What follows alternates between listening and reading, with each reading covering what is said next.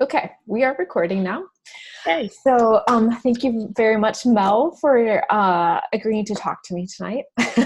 My pleasure. So it's the second annual I Am a New Therapist video blog. I don't know what it is, but Whatever it is. yeah. So It's a thing. We like it. Exactly. Helpful information for new people in the field, basically. And I figured if this is stuff that I'm asking questions about, probably a lot of people, I know a lot of CNS students probably are, and a lot of just other therapists are too. Right.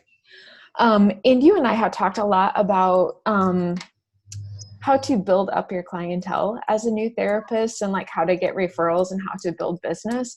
Right. And it seems like you and Eddie have been really successful in that with your BNI group. Mm-hmm. So could you describe what you guys have, well, specifically what you have done? Because you've been out of school for about 1.5 years, right? Right. Yep. I've been out for 1.5 years and trying to grow the business pretty much from the day I got my diploma. Yeah. And you know, it's interesting because what we do is unique, right? It's difficult to share in a soundbite what it is that NST is and what kind of our unique selling proposition, to use that the business term, is all about. And you know, we found out, of course, you know, I have the benefit because Eddie and I worked together to kind of open his clinic. So, you know, we've kind of started to find our groove as far as trying to promote the business. But you know how a field of dreams, if you build it, they will come. And it's really not, it doesn't work for us. Right. So little sidebar, that was actually filmed 20 minutes from my house in Iowa. Fun fact. I love it. Right. Very important. It is. But you know, but it's true, and you know, and not to say that that's unique to NST. I think if you're going to own a business or try to grow a business in general, you're really going to have to take steps to put yourself out there. And of course, that can be a daunting task if you are shy, or the prospect of going into a room full of people that you don't know can be kind of unsettling for people. Well, and I think part of the challenge too is when you get done with CNS, it's like, you know, you have some skills, but you haven't had a ton of successes yet. So to go in front of a group of people and say, bring me your low back pain, bring me your sciatica, bring me all these things that everybody else has failed at treating, and I can help you, like, to have confidence behind that is tough. Oh, sure. Yeah. It's, you know, it's one of the things that you do start to develop more of that confidence as you grow as a therapist, which is great. Mm-hmm. When I first found myself going into networking type of situations, and people would ask me, well, have you treated this? Have you done this? So I had to really start to think back on my student clinic experiences, because there we're working in a real life setting, even though it is under the supervision of the pros. Same thing with with our research project. I mean, that's train. You know, that gives you a unique experience, because we build in these 10 treatments. You get to chart that person's progress over time. Yeah. And so, you know, when you're in school and you're in the thick of it, and even when you get out of school, we kind of take for granted just how cool it is, the things that we get to do, and so we forget. So when you meet somebody, you know, it's okay to think about, hey, when I was a student, because really you've been treating this whole time. Yeah. And so, you know, you have a lot to offer, even, you know, fresh out of the gate, fresh when you get out of school, you have a tremendous skill set at your disposal. So, mm-hmm. Yeah. We still feel like goobers when we first get out there, but, yeah. But we have a lot of really great skills. Yeah, it's a really good reminder, because I was treating somebody on Monday, and she just like happened to mention that her dad thought that she had a deviated septum or something. I'm like, oh, we can treat that. It just involves me sticking your pinky up your nose. And she's like, what? You want to do what? She's like, I'm not going to let you do that, but maybe I convince her to eventually. But yeah. Forget, like, there's all these things that we can do. And so that gets back to your point. Like, I feel like if you're a hairdresser, you can stand up at BNI and say, I'm a hairdresser, you know, I specialize in curly hair or something like that. And immediately everybody knows what you do. But if you stand up and say, I'm a neurosomatic therapist, it's like, are you a physical therapist? Are you Right. Are like, you a doctor? yeah. Right. And so that's when you really have to approach those networking situations with some advanced planning. Think about the things that you want to say. And in a lot of these networking situations, yes, BNI is one, but RGA is another. And some of these other smaller, like networking after dark, I think is what it's called. You're given an opportunity to talk about what you do in either a 30-second or 60-second slot. So going in there and winging it it's tough. It's tough to do. So some advanced thought about what you want to share. You can't share everything in that short amount of time. So what I try to do every week is strategize. What do I want to share with people in that 30-second spot? And I kind of go back and forth because sometimes I will share a really quick success story or an interesting case that's made its way into the clinic that week. Sometimes I will talk about a specific pain issue that NST can be a really great intervention for. And sometimes I will use the opportunity to get the people in that room thinking about people that they can introduce me to. When I first went into a networking meeting, that very first day, I thought, do I really have to sell my services to these people? And I changed. There was kind of a mind shift that happened, and I said, no, I don't necessarily need to sell to those people in the room, but perhaps they can introduce me to someone who either could use my services or someone that I could potentially partner with, another professional. So for me, that's actually been really helpful because I've been connected with multiple chiropractors in the area that now refer. They're starting to learn about what NST is. So chiropractors don't consider you to be what's a competition? Interestingly enough, not so much. I've met a few. I've been able to have conversations with a few of them. And when I'm able to share what it is that we do and how it can complement, I pretty much let them know off the bat, I'm not here to take your patient away from you. Yeah. But I think that if we work collaboratively, that can really benefit the person that they're treating. And that has been really successful. I had someone come in this week that has been seeing a chiropractor that I network with. She's gone to him 6 times, and they've established that what she was doing in those treatments wasn't helping. And then he said, you know what, let me see if Melinda can help. And so, he knew they had kind of come to that point, right? We've gotten as far as we can doing what we've been doing. Let's try this other approach. And we share patients. I'll send some back to him. He'll send some to me, depending on what their issue is. Well, and I think from my perspective personally, I think that helps build trust with the patient because I went to an acupuncturist last week because I think it's good to get out and meet other medical professionals in the field. And she does acupuncture and she does Chinese massage and she does cupping. So I'm like, I'm just going to go and check this out, And so she did a full assessment on everything and did some cupping on me, which was really interesting. And then she referred me to another chiro who does this form of exercise called pails and rails. I think it is. It's like these isometric exercises that help build core strength and strengthen the multifidi and those small stabilizer muscles. And so I was so impressed with her that her first visit, she's like, I know I can help you with these things, but you really need to see this person who specializes in this. And it leaves a better taste in my mouth, I guess, when they. It really, it does. And we're both working with the same goal, right? Is keeping the patient's best interests at heart. If I'm doing something and over time we're just not getting the results or we've reached an impasse, I feel like it's my responsibility at that point to be able to connect them with somebody that can help them, that kind of get them over that hurdle. And so that's why building relationships with those other healthcare practitioners is so important. Yeah. Well, and I also felt like I think it's important to see other practitioners too, because if we're not willing to spend the money on finding somebody to help us, how can we expect, it's kind of like that karma thing. Yeah. How can we expect somebody to pay us 125 unless we're willing to pay somebody who's a specialist for 125 to treat us? Right, right. And there's so much that we can learn from those people. The Oh benefit of their yeah. experience is really huge. And so, I know at first, we come out of school and I thought, well, gosh, there's not a chiropractor in town that's going to want to talk to me, because they're going to see what I do as something that maybe is trying to hone in on their business. And that really hasn't happened. Maybe part of that's luck. Maybe part of that is aligning myself with those practitioners that are really open-minded to that.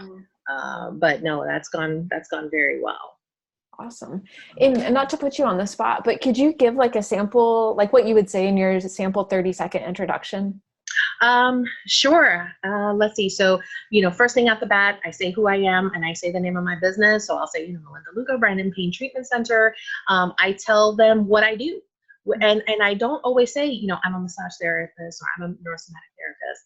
I say, I help people, I help free people from pain, and I give them the tools to help them feel better, or I help them perform at their best. And then I'll ask them specifically for who I would like to meet. And if that's a certain client, I might ask to meet, somebody that, is a CrossFitter that is having a hard time completing their workout of the day. Okay. Or someone that is dealing with acid reflux. I will ask for a professional. So about a month ago, I mentioned the fact that we do intraoral work. And so I asked to be connected to an orthodontist, because we can partner with them to help preserve that smile, which is, not only important, but it's also a big investment. So, little things like that. I mean, at first it was, okay, anybody that's in pain, right, send them to me, right? And, and because literally we can help a lot of people. But on the downside of that, it's hard for that person those people sitting in that room with you to hone in on a specific person that they think you can help. Yeah. So that's where that strategizing about what you want to talk about and what you want to ask for in your networking meeting, that's why that's going to be such a big deal for you. Yeah, that's a good idea. I've just been I've gotten into the habit of just saying the same kind of thing every time for my 30-second presentation, except for sometimes because they'll ask at RGA, who's your perfect referral this week? So I'll change that up a little bit, but that's a good idea to change the whole intro too, to give more variety. Yeah, change the intro, because then people will get used to hearing the same thing from you, and sometimes people will zone out. So especially, the expectation is that you're going to be going to these meetings, whichever, format you choose, but you're going to go there with regularity. And so, there are times that, I'll say the same thing a few weeks in a row, especially if I really want to hone in on something, but otherwise I do try to change it up. Okay. And if something really exciting happened in the clinic, I want to share that. Like, I want to broadcast that. Yeah, that's a great idea. I hadn't considered that either, like sharing a super quick success story. Yeah. Like we had an awesome one last week. We've been working with a 3-year-old. Eddie and I have been kind of tag teaming her sometimes, because 3-year-olds are squirmy. But this little girl has been nonverbal. She has horrible sleep issues, lots of food avoidance issues. And she spoke her first complete sentence last week, and she gained 10 new words, and her mom was like, oh my God, Man. So, you can't not get excited about that. And so, it wasn't what I planned on talking about last week, but I was sure as heck going to tell people, this is awesome. It's so cool that this happened and that we got to hear about it. Yeah. And so this is totally a derailment, but what were you treating on the 3-year-old? She had quite a few cranial distortions. She had a difficult childbirth. And so when we did a lot of cranial measurements, there's tons of compression here. She had her temporal bones going this way. She had parietals and frontals. So everything was kind of coming together at this point. And we got to see some images. She had a cyst that formed right here. She also had some pretty significant C1 and C2 distortions. Mm-hmm. So, we've been trying to work through some of that with her. And like I said, 3-year-olds are squirmy. Yeah. So How could you even do measurements on it? Well, that's when it gets tricky. So that's why, I actually, when we see her, I'll schedule some time. So if, she's on Eddie's schedule, I'll schedule some time with her. And, mom is there. And last time, mom was holding her arms, I was holding her head, and Eddie was doing the measurements. Tag team, huh? Yeah, teamwork makes the dream work. So, and she would squirm, and she had like her mom's phone, and she was watching like Peppa Pig videos while this was going on. But you have to, you have to do it, and you give her breaks, and you play with her. Like she's come to us a few times already, so we've built a rapport. She knows who we are. So it gets easier. But like, we've treated kids, and like I've had to sit with a little one on my lap and do organ work on them, or you have to find a way. It's not in the protocols, it's not in the book, but you have to you work within the environment. So well, and it makes me think of something that just happened tonight. So Tim came home, and he was getting like fullness and shooting pains down his arm, and our house got water damage. So I can't have a table set up. There's no room for it right now. So he was just standing up, and because he was standing, I was able to get into his pec minor much easier, because I could just slip underneath pec major and kind of lift it out of the way and get to it. Whereas if somebody's on their back, you have the whole weight of the pecs in there, and you're trying to push up underneath. Right. I'm like, wow, this works really good. And getting into laps better than I thought. Yeah. And the whole time you're thinking, man, I don't have a table. How am I going to make this work? But sometimes you just, necessity is the mother of invention. Yeah, I get some great ideas. Yeah. Well, and I promise you we wouldn't take too long tonight. So one more thing I wanted to ask you about is, for your 10-minute presentation, what kind of topics do you usually cover there? What kind of tips do you have for somebody like me who's putting that together? Yeah. When you do a lengthier presentation, of course, you have more time to expand on the topic of your choosing. You definitely want to make sure that you plan with the end of your presentation in mind. So whatever it is that you would like your audience to come away with, make sure that you plan that thoroughly, and that you give yourself that time. So 10 minutes seems like a long time, and then it doesn't. So when I try to frame a talk like that, I give myself at least 2 to 3 minutes to give some kind of call to action, something that I want those people to do, whether it's certain introductions, if I'm offering them something, like, doing some kind of, hey, come in, let's do an assessment, whatever that is. I try to give a little bit of background on who I am and what I do, why I do this job, why of all the things in the world that you could have been doing with your career, why this? And I'll either try to share some examples, things that we've treated successfully, or one talk that I did, I kind of shared how the impact of physical health and kind of the impact on what that has on other aspects of your life. So I think it's in basic that we have that wheel or that circle with the different facets of health. And so, people will sometimes think, okay, well, that's the physical health. And they kind of treat it like it's something in isolation.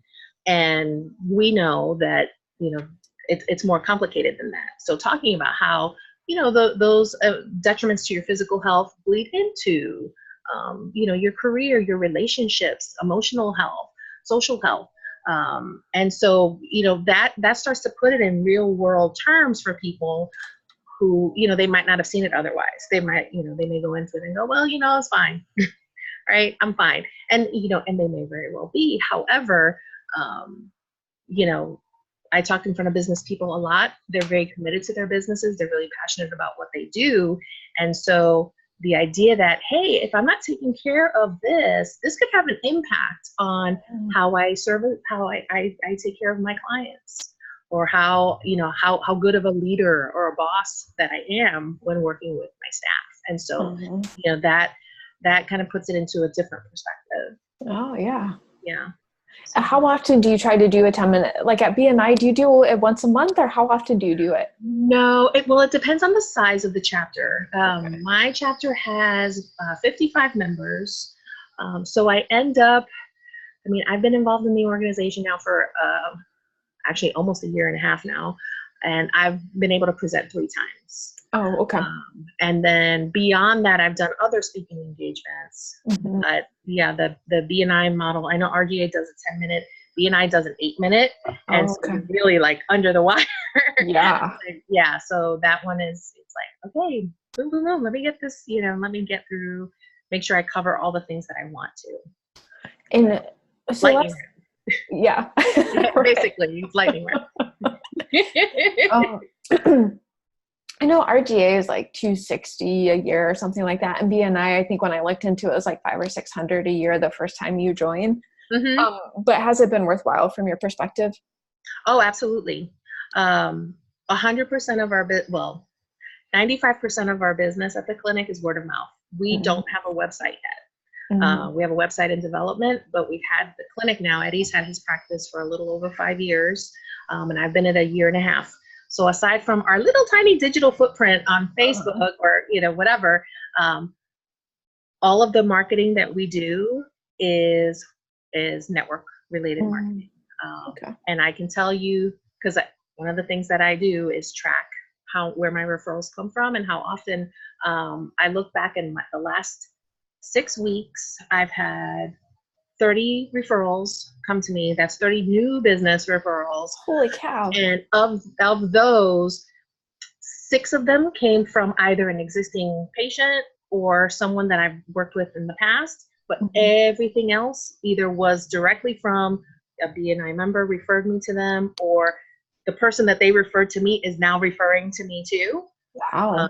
So it's, I mean, I may never have met those people otherwise. Right.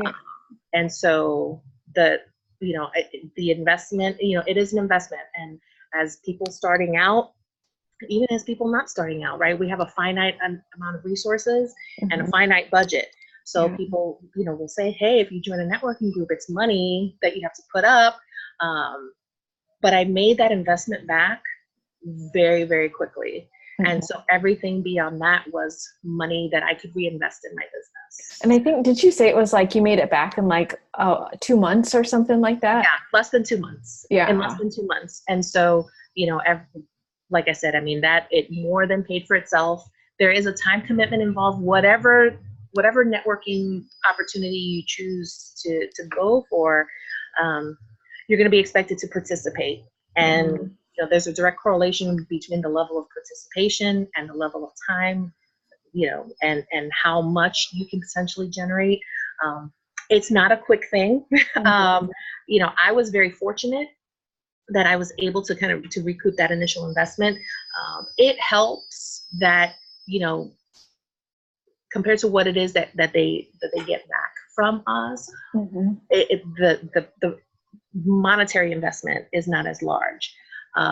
So whereas somebody who is new to an organization like that, but is, a roofer, first of all, you're not going to need a roof that often, but secondly, that's a larger investment in your home. So, it takes a little bit longer for those people who build trust and start to get referrals. But, going in and saying, okay, this is what I do, this is what I have to offer. And so it was a little bit easier for me to be able to say, this is what I have to offer, please come in. And so from there, it kind of took off. Wow. Okay. So yeah, so I would say, whatever you choose, kind of, try to stick with it for a while. It doesn't, it's not an overnight thing. You really have to build the relationships with the people in that group. And so that's, one of the reasons why I tell people, go to different kinds of networking groups. RGA may or may not be the one for you. BNI may or may not be. Maybe it's, maybe the chamber is the way that you want to go, or a community service type organization. Any of those could be really helpful to you, and you get to meet people in your community, which, we are people that like to live in communities. Yeah. So it's a great way to build those deeper relationships. Yeah. So yeah, go visit bunches of them. You know, go see them. And many, I mean, I've been to, like I said, I've been to quite a few. The people I meet there are very welcoming. You know, you're a visitor, they're going to show you around, they're going to talk to you. Yeah. And really, you know, kind of pay attention to the culture.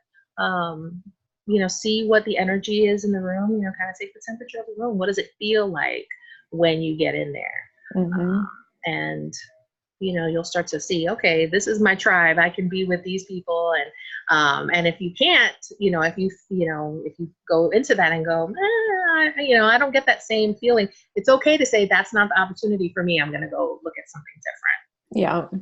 So Awesome advice. yeah. Well, and on that note, I'm actually doing my 10-minute presentation tomorrow. So Yeah.